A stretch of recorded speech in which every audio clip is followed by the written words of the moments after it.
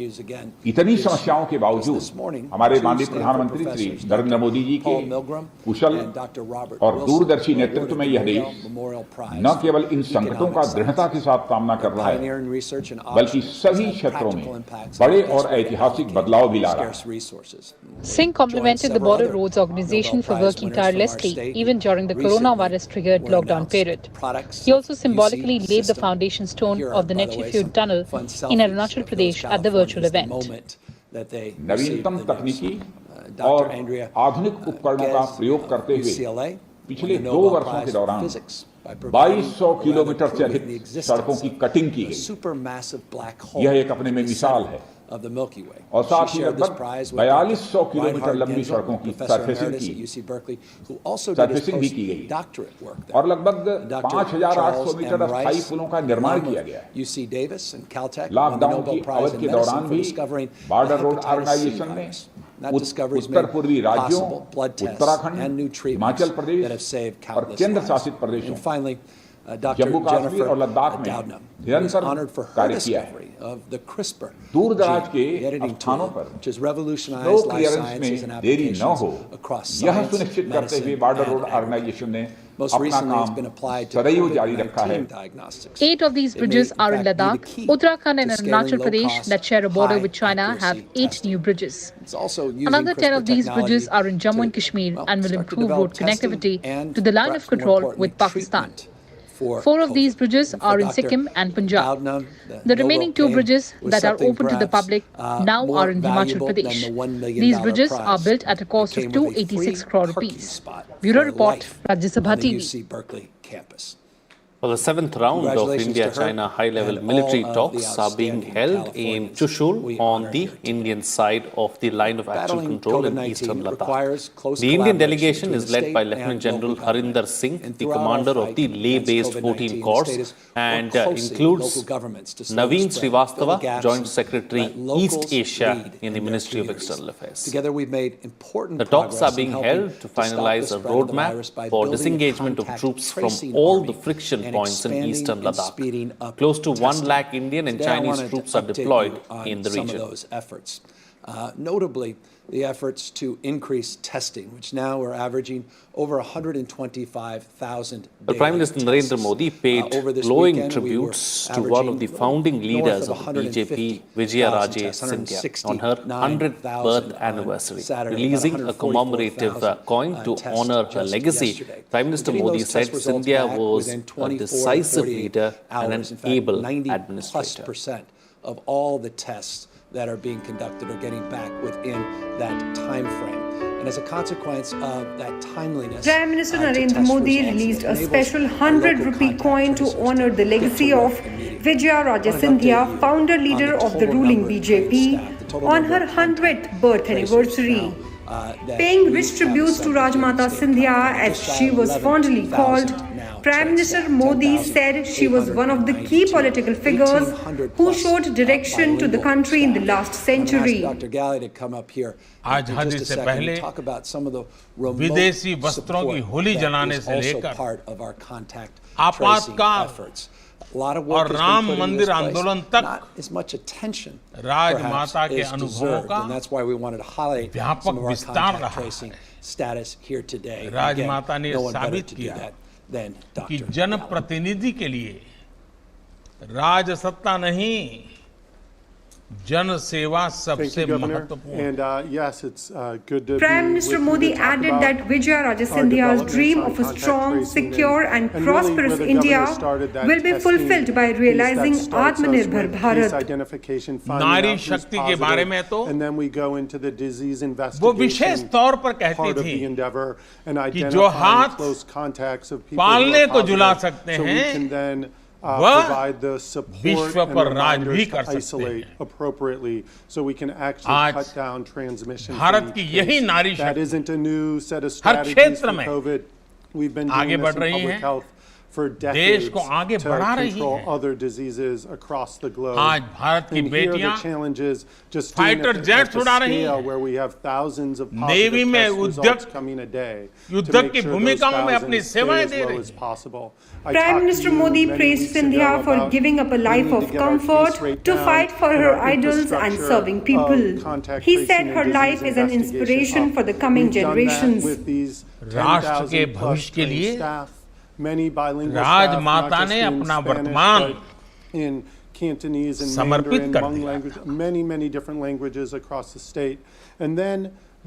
देश की भावी पीढ़ी के लिए उन्होंने अपना हर सुख त्याग दिया। राजमाता ने पद और प्रतिष्ठा के लिए न जीवन जिया न कभी वो राजनीति का रास्ता चुना। आर्टिकल 370 खत्म करके देश ने उनका बहुत बड़ा सपना पूरा किया।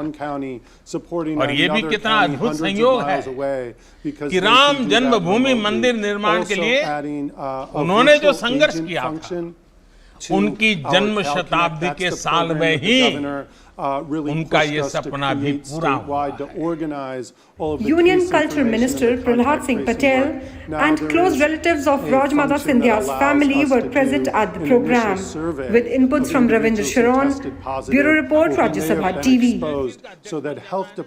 Well, it's time now to bring you the latest updates on the COVID-19 situation in the country. India continued the trend of steadily declining active cases, with the country reporting active caseload below 9 lakh for the fourth consecutive day. India recorded less than 70,000 new COVID cases in a single day for the first time since September 1st. The number of patients who have recovered from COVID-19 touched 61.49 lakh on Monday. In the last 24 hours, 71,559 patients had recovered from the coronavirus. 66,732 new infections and 816 case fatalities in the last 24 hours. The national recovery rate has now gone up to 86.36%. Active coronavirus cases total 8.61 lakh, while recoveries exceed active infections by 52.87 lakh.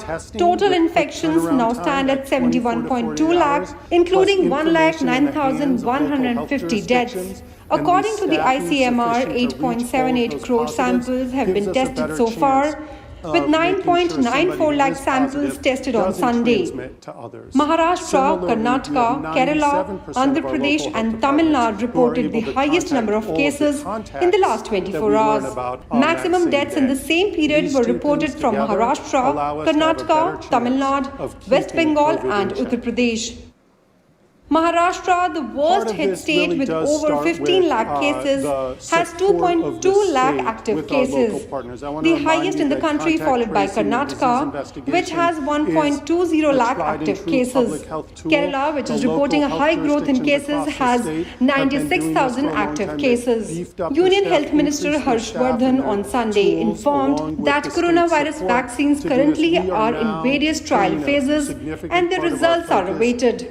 Explaining the sequence of distribution of COVID vaccines that are expected to be available in India, Harshvardhan said priority will be given to those facing occupational hazards from the virus and the risk of developing severe disease and increased mortality. The minister also said that the much-awaited Feluda paper strip test is likely to roll out within the next few weeks. Presently, COVID-19 vaccines are in the various stages of phase 1, 2 or 3 or bridging 2 or 3 clinical trial data generation, the results of which are awaited.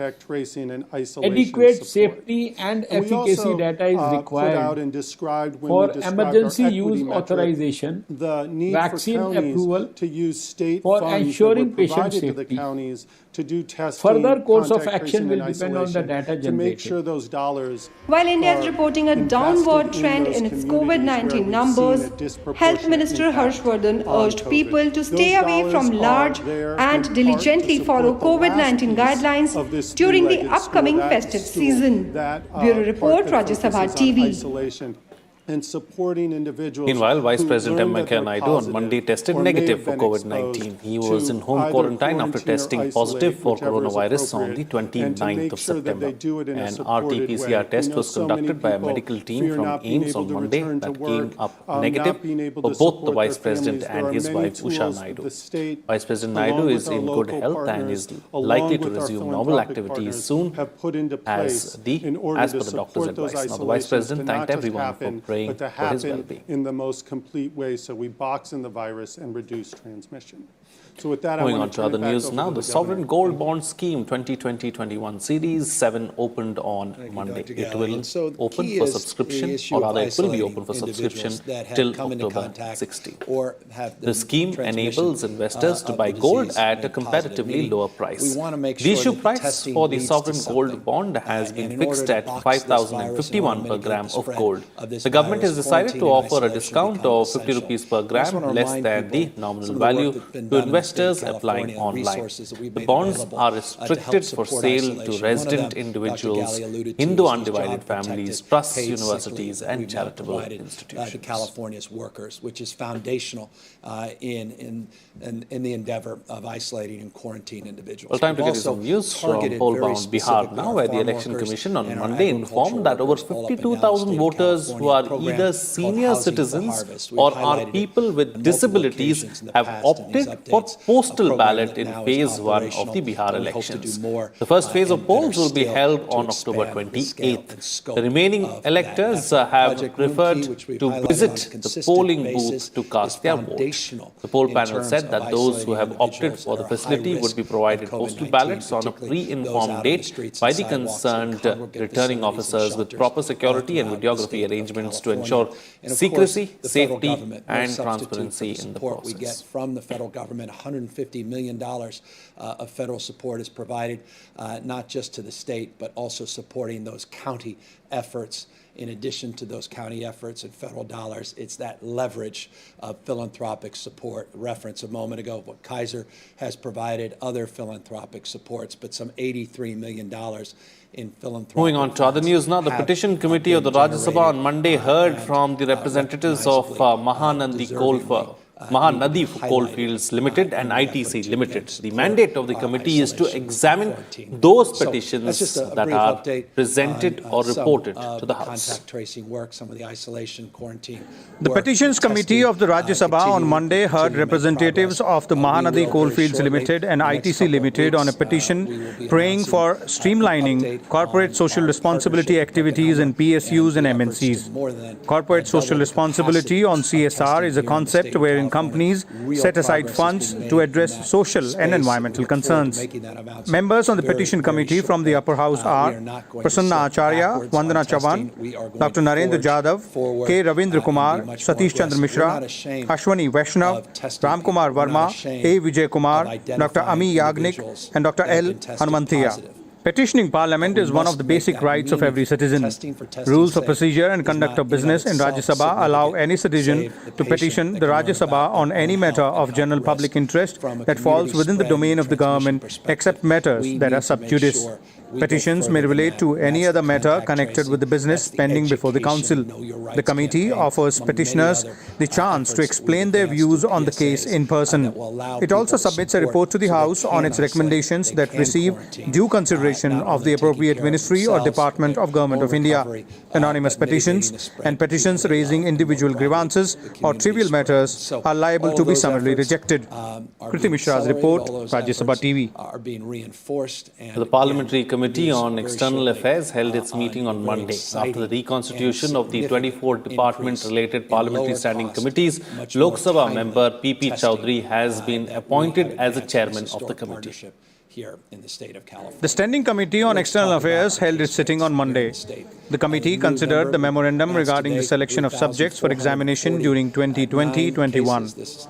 After the reconstitution of the committee, members on the Standing Committee on External Affairs from the Upper House are K.J. Alphonse, Jaya Bachchan, Misha Bharti, P. Chidambaram, Swapan Das Gupta, Ranjan Gogoi, Samcher Singh Manhas, Kapil Sibbal, and Abdul Wahab. Members from the lower house on the committee are Abhishek Banerjee, Kalyan Banerjee, Kunwar Pushpendra Singh Chandel, P.P. Chaudhary, Dileshwar Karnait, Suresh Kumar Kashyap, Praneet Kaur, Meenakshi Lekhi, G. Madhavi, Poonam Mahajan, P.C. Mohan, Chandrani Murmu, Ritesh Pandey, Dr. K.C. Patel, N.K. Premchandran, Navneet Ravi Rana, S. Babu Rao, M. Srinivas Reddy, Ram Sarup Sharma, and Rebati Tripura. The Standing Committee on External Affairs examines matters pertaining to the Ministry of External Affairs and institutions or organizations falling under its purview. From time to time, the chairperson and members of the Standing Committee on External Affairs meet various foreign parliamentary delegations visiting India to facilitate meaningful interaction and understanding on global and bilateral issues. Kriti Mishra's report, Rajya Sabha TV. The Parliamentary Committee on Coal and Steel held its meeting on Monday. After the reconstitution of 24 department-related parliamentary standing committees, Lok Sabha member Rakesh Singh has been appointed as the chairman of the committee. In the meeting, the members also decided the future program of work of the committee. The Standing Committee on Coal and Steel held its sitting on Monday. The committee considered the memorandum regarding selection of subjects for examination during 2020-21. After the reconstitution of the committee, members on the Standing Committee on Coal and Steel from the upper house are Anil Desai, Dr. Vikas Mahatme, Venkat Ramanna Rao, Prashanta Nanda, Ram Vichar Netam, Samir Oraon, Dheeraj Prasad Sahu, Shibu Soren, Prabhakar Reddy Vemi Reddy, and B. Lingayya Yadav. Meanwhile, members from the lower house on the Coal and Steel Committee are B. Dhanorkar, Vijay Kumar, Kumar Hembram, Chandra Prakash Joshi, Soumitra Khan, C. Lal Losanga, S. Munniswamy, Ajay Nishad, B.K. Panda, Riti Pathak, Dr. L.S. Fose, S.R. Pratibhan, K. Reddy Venkat Reddy, Chunni Lal Sahu, Aruna Sao, Sunil Kumar Singh, Sushil Kumar Singh, Pashupati Nath Singh, Rakesh Singh, T.V. Thol, Dr. B.S. Venkata. The Ministries of Coal, Mines and Steel are within the jurisdiction of the Standing Committee on Coal and Steel. Kriti Mishra's report, Rajya Sabha TV. In other news, now train services came to a halt. Homes and businesses were without electricity and people sweltered in humid heat as a grid failure resulted in massive power outages across Mumbai on Monday morning. The outage, according to the city's electricity supply board, was because of the failure of a power grid. The power supply has been restored in most parts of the city. Mumbai Airport and the Stock Exchange were functional amid the outage. The Central and Western Line train services have also been restored. Western Railway said that the breakdown was due to a grid failure at Tata Park. Maharashtra Chief Minister Uddhav Thackeray has ordered an immediate probe into the large-scale outage, which is unprecedented for the country's financial capital.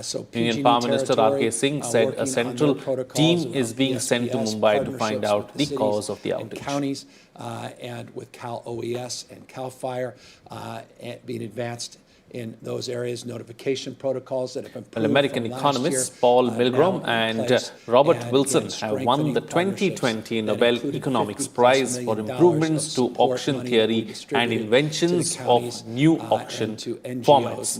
The new auction formats have benefited sellers, buyers and taxpayers around the world. It is also used for radio spectra, fishing quotas, aircraft landing slots and emission allowances. I want to just update you about the prestigious award comes with a gold medal and a prize money of 10 million Swedish kronos. The Nobel Prizes for Medicine, Physics, Chemistry, Literature and Peace were handed out last week. This year, the traditional Nobel Prize banquet has been cancelled due to the ongoing coronavirus pandemic. However, the Norwegian Nobel Committee plans to go ahead with an award ceremony with a reduced capacity on December 10th in Oslo. Tragically, we've lost 31 lives. That number has remained relatively stable, and I caution always the fatalities. And with that, it's a wrap from this telecast. But before we leave, we'd like to make an appeal to you. Rajya Sabha TV appeals to all its viewers to stay safe from the COVID-19 pandemic. Wear face masks, wash hands and face regularly, and maintain physical distancing while stepping outside. Remember, these simple precautions are all that it takes to defeat the pandemic. The repopulation, reconnection with friends, families, and communities, we're likely to see higher shares. Last fire we talked a lot about last week around Napa Lake and Sonoma counties. Last week, 30% contained. Stubborn fire up in the wine country, some 65,000 acres impacted. Today, it's at 95% contained. Real progress over the last week and notably over the last weekend, and couldn't come too soon, particularly with the higher winds in and around that area coming into that part of the state, again, Wednesday, Thursday, and Friday. Additionally, real progress, in fact, not just real progress, substantial progress on the Zog fire, now 99% contained. I'm told within a few hours later this afternoon, they will officially put out 100% containment figure on the Zog fire. Two large complexes, just want to give you a brief progress report on two of the larger active wildfires in the state. Again, the largest in California's history. The August fire, over 1 million acres, 54% contained last week. Now it's 75% containment. It's the northern part of the August complex, U.S. Forest Service battling hard. That's the most stubborn. And while there is some concern around wind conditions that could impact the northern part as it relates to containment, we've been anticipating that. And the Weather Service, again, working collaboratively with the state, pre-positioning assets and really building the conditions to hold the line on the northern part so we can hold this 1+ million acre fire in not only containment, but hold the line so we don't see substantial increase in the total amount of acreage burned. Relates to Creek Fire. This Creek Fire generated a lot of attention for good reason. I'll remind you, this is in and around the area that was disproportionately impacted by this historic drought here in the state of California. You recall a drought between 2011 and 2017, about 163 million, and by the way, that's just an estimate, 163 million trees that fell because of the drought and historic, unprecedented, recently historic and unprecedented conditions that led to conditions that make it even more challenging in and around Fresno and Madera area in this unified command complex, again, working with the federal government, a lot of federal acreage being burned here as well as state acres being burned here, 48% contained last week.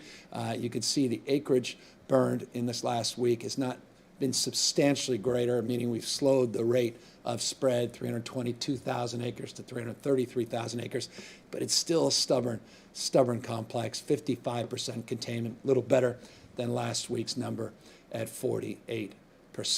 So, as always, we want to maintain our vigilance as it relates to heeding the warnings of those that call for evacuations related to these wildfires. I want to remind people of the importance and imperative of being even more vigilant in these dry and hot conditions where we start to see these winds whip back up. It was this time in October and November in 17 and 19 that we had some of these very damaging and deadly wildfires. Please maintain your vigilance. Please take very seriously those evacuation warnings if indeed you are the recipient of one of them. Critical that we protect ourselves and our family, our loved ones during this peak of our wildfire season. But progress across the board has been made, testament to the extraordinary work the men and women of CAL FIRE and all the mutual aid that's come in over across the rest of the country. And again, cannot thank them enough, all the hard work that's been done, including local mutual aid that has been working overtime, weeks and weeks and weeks, little rest, putting their lives on the line to protect not only lives themselves, but property and obviously our wild lands in this state.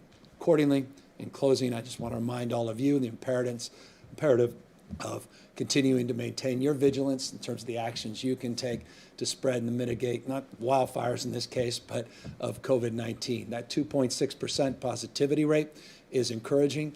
Number of deaths is beginning to decline, which is also encouraging. Still, though, stubbornly at about 60 and 69 deaths. That's the 7 and 14-day average total number of deaths. It's just a reminder, sober reminder, that average of 69 deaths a day still because of COVID-19. Don't be misled that this disease is any less deadly. Quite the contrary.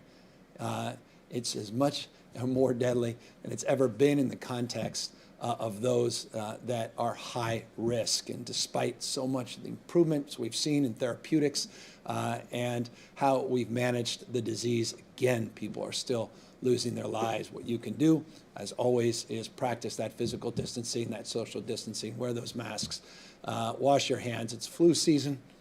Wash your hands just on the natural will mitigate the spread of the flu as well and minimize mixing to the extent possible. Tomorrow, just briefly, and I'll turn it over to questions, Dr. Galley will be updating people on a different type of mask wearing, and that's the Halloween guidelines that we'll be putting out tomorrow. Dr. Galley will also be updating on some other guidelines, including the guidelines we put out on Friday related to minimizing mixing and cohorting friends, family, or outside of your household.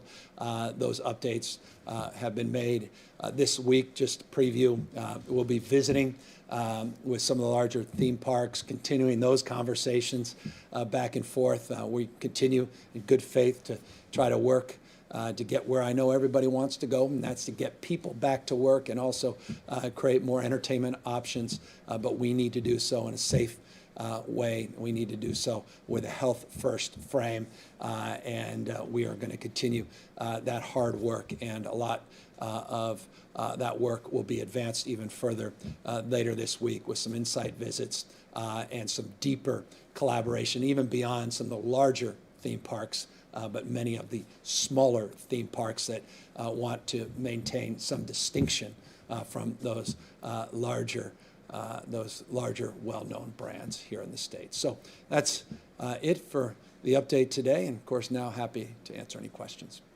Patrick Healy, NBC4. Hi, thank you very much.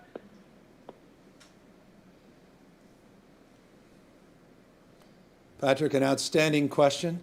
Perhaps we'll get you back on and figure out what the technical difficulty. There you are. I'm hearing. I'm sorry. Wanted to ask you a couple of things, if I may. Number one, we understand from plaintiffs in some litigation that want to try to get some tattoo studios reopened in purple-tier counties, that they have been informed that they're going to issue guidelines that will enable the purple-tier studios to reopen. Yeah, Patrick, and forgive me, we'll see if we can pull you back, but I want to just bring up Dr. Galley. I believe you referenced something about tattoo parlors and guidance, and so forgive me, you were breaking up, but Dr. Galley was getting out of his seat, so that may be encouraging, that he may know a little bit more. Perhaps he may have heard you a little better than I did. Dr. Galley? Thanks, Governor, and thanks for the question. I think the question was about tattoo parlors and whether we are considering, like we have with nail salons and barber shops, moving tattoo parlors into the purple tier. We are considering that. We're working closely with the industry and determining if that is appropriate, and hope to make an announcement on that very, very soon. Thank you. Thank you, Dr. Galley. Next question. Don Thompson, AP. Good afternoon, Governor. The Public Health Department on Friday released new guidelines for up to 3 households to gather outdoors. But we're wondering why now? What changed to permit this new guidance, which comes as we enter the flu season, and as you and Dr. Galley have been warning about concerning signs of coronavirus case increases in many areas? Yeah, I think in some respects you answered the question, but since Dr. Galley's right here, he can talk a little bit about this in more detail, and again, still he'll do the same tomorrow in his update. But Dr. Galley? Yes, thanks again for the question. As we approach so many traditional days and activities, and we expect people asking the question, how do we, in a lower risk way, come together with people maybe that we haven't seen in a long time? And the purpose of the small gatherings guidance that is now posted on the California Department of Public Health website is really to not say it's a good idea or appropriate to gather with 3 families, but to really say more than 3 households, you really are increasing your risk. And so we tried to put together a set of guidance that allows people to have what we in public health talk about, a harm reduction framework, really reducing risk and minimizing the chance of the spread of the disease. So we did put that out as a way to tee up future guidance around how to minimize our risk in some activities we know many Californians are considering, the first of which is coming up with Halloween. Then we have things with Election Day and the traditions of coming together around that. And then Thanksgiving, and then the other traditional winter holidays. So all of that is coming out now to support our endeavors and to support local partners, local health jurisdictions, putting out similar guidance for those events. So you'll be getting more and more, or should anticipate more and more updates to existing guidance as well as new guidance. And I just want to remind people, and this may also be a subtext of a way of answering your question, guidance doesn't mean go. In the past, we have seen when we put out guidance and we make it clear that the pace and the protocols related to seeing that guidance applied, that does not mean people should just now rush back to their original form as it relates to kinds of activities we've seen in the past, even modified activities. We want to caution against that. But we are entering in to the holidays, but also we're entering into part of the year where things cool down and people are more likely to congregate back indoors and in settings that put put their physical proximity and likelihood of transmitting disease at higher risk. And that's why you'll again be seeing more in this space over the coming days and weeks. Alex Michelson, Fox 11. Thank you, Governor. 2 quick questions. One, is there a safe way to do any sort of Lakers championship parade? And thank you for giving us a shout out last night on Twitter. And 2, you know, this isn't all happening in a vacuum, and I'm wondering what you're learning from other states. Say Disney World is open. Are they having a big outbreak in Florida? What does that teach us about what's happening potentially here in California? Other states are more liberal when it comes to opening gyms or indoor dining or other things. What are we learning from what other states are doing? No, it's a good question, and I have a whole team that spends their time not only getting the answer to that question, but asking those same questions. And so this week, as a proof point of that, we have supported an effort to actually find out directly by sending our own team to these sites as it relates to theme parks to get a better sense of what's going on. While we absolutely take people's word for information that they provide us, we want to see things for ourselves. And so that's just one example of some of the work that we do. We share information 24/7 back and forth, not only between counties and county health officers, but respective team members, particularly in this West Coast collaborative that include our chiefs of staff, are constantly sharing information about what's worked in their states and what hasn't worked in their states as it relates to guidance, as it relates to mandates, as it relates to messaging. So that is also a very formal construct that we created, again, part of that Western Coast collaborative that we announced a number of months ago. So we're constantly iterating. We're looking for best practices, not only across the United States, but around the rest of the world. But we are California, and we have values, and we have an approach, and we have a new frame of discipline, and we're going to be stubborn in terms of keeping people's health front and center and balancing all of these commensurate challenges as it relates to getting people back to work and addressing people's isolation and stress and anxiety and getting our kids back in-person learning, and the incredible importance that we place on all of that at the same time. And so hope that gives you a sense of the work that is currently being conducted. As it relates to the Lakers, yes, I am a Northern California resident, but I am a Laker fan. I can say that without fear of any ambiguity. And if you saw our household last night, my wife, I don't think she'll speak for another 3 or 4 or 5 days. She lost her voice in enthusiasm after that first quarter and then things calmed down for her in that second half as it appeared that the outcome was now determined. But anyway, I get off base. You asked a more substantive question, and that is there a safe way to have a parade of sorts or celebrate a victory? There is if people are practicing what we're preaching as it relates to wearing a face mask and doing what they can to physically distance and to minimize the mixing outside of their key cohorts. If that's not the case, and we saw some images last night, that is a point of obvious concern as it relates to the transmission of the virus. And so we just ask people to be cautious, to be mindful, at the same time they celebrate this historic victory and celebrate one of the greatest basketball players that has ever lived, LeBron James. Sophia Balog, Sacramento Bee. Hi, Governor. Over the summer, you had asked state agencies and departments to make 5% of their staff available to help with contact tracing. Can you give us an updated number in terms of the percentage of state workers who are still helping with contact tracing efforts? Yeah, I'll have to do the analysis, and I'll provide that data across the spectrum of hundreds of thousands of employees. But look at your inbox, and we should have that information to you hopefully later this afternoon. I can't imagine that information will take more time than that. Brady McDonald, OC Register, final question. Hey, Governor. I had a couple questions about theme parks. Do you envision separating smaller theme parks from larger theme parks in the upcoming guidance? And second, what will your administration be looking at during their trip to examine the reopening of Disney World and other Florida theme parks? Their own experience, their own insight.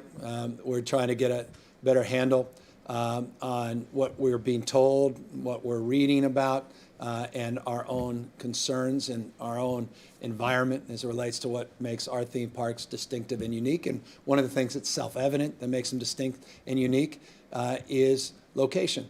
In and around areas where there's background transmission rates that are remaining very relatively stable in some cases, stubborn in other cases. But the answer to your previous question is yes, I'm very mindful. For example, if you have in a park in a city a Ferris wheel, that's not a theme park in the sense that so many of us consider. And so one has to distinguish between the two. And so that's a nuance here. This is as almost you're putting an entire new set of guidelines and starting from scratch across the board. And there's conference facilities, there's parades in these theme parks, there's cities, there's small cities, and there are people from all around the world that descend, not just people that are proximate to these theme parks that come together and mix. You could say 5% at a theme park, that's thousands and thousands of people. A large theme park, if you say that it's something on a pier in a smaller community, it's a few hundred. And so all of this has to be considered. All of that is distinctive, and all of that requires nuance. And so we're going back and forth. We've had guidelines. We put out drafts. We got a lot of feedback on those draft guidelines. Folks asked us for more time. They asked us for more deliberation, engagement. We're doing just that. We're seeking to understand ourselves directly without the intermediaries, and that was the frame that I was focusing on a moment ago, that we're doing our own stubborn research and going across states to learn more and not just making this an academic exercise. I want folks to come back and tell me what they saw, what their own experience was, because this is serious. At the end of the day, we may be a 2.6% positivity rate, but we're entering into not just the flu season, we're entering into a period of time where people are more likely to start congregating and mixing back indoors as more and more indoor activity takes shape.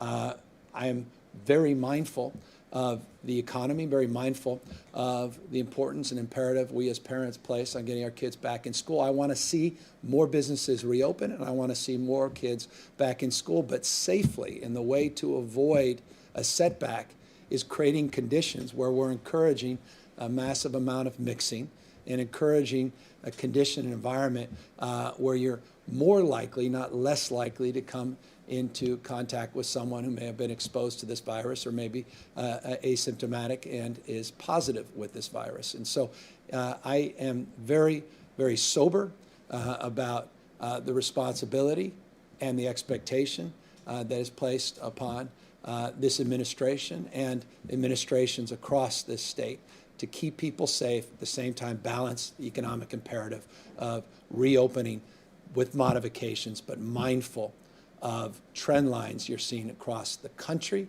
for that matter around the world, from Germany to UK to other parts of the globe that have had setbacks as they enter into the winter months. And I want to make sure we get this right. And so forgive the long-windedness of the answer. I just want you to know that we are very mindful of many of these nuances, and we want to be responsive at the same time to the concerns that many have raised based upon the draft guidelines that we did provide people last week. So with that, I just want to remind all of you to maintain your vigilance, continue to be mindful of others as you mix and as you go about your day-to-day routines. Let me thank again the men and women at CAL FIRE and all our mutual aid for the extraordinary job they've done battling this historic wildfires, the folks at the Office of Emergency Services for helping coordinate all of that, local law enforcement, county health officers for extraordinary work they've done to maintain the vigilance and mitigate the spread and transmission of this virus, continuing to stay this course. If we can just continue to hold the line, we're going to get our businesses back open sooner, and we're going to get our kids back in school even quicker. So with that, thank you all very, very much. Look forward to Dr. Galley. I hope you look forward to Dr. Galley's update tomorrow on the new tiered progress, and we look forward to updating you later this week on a myriad of other issues, including, as always, an update on transmission rates and positivity rates of COVID-19. Take care.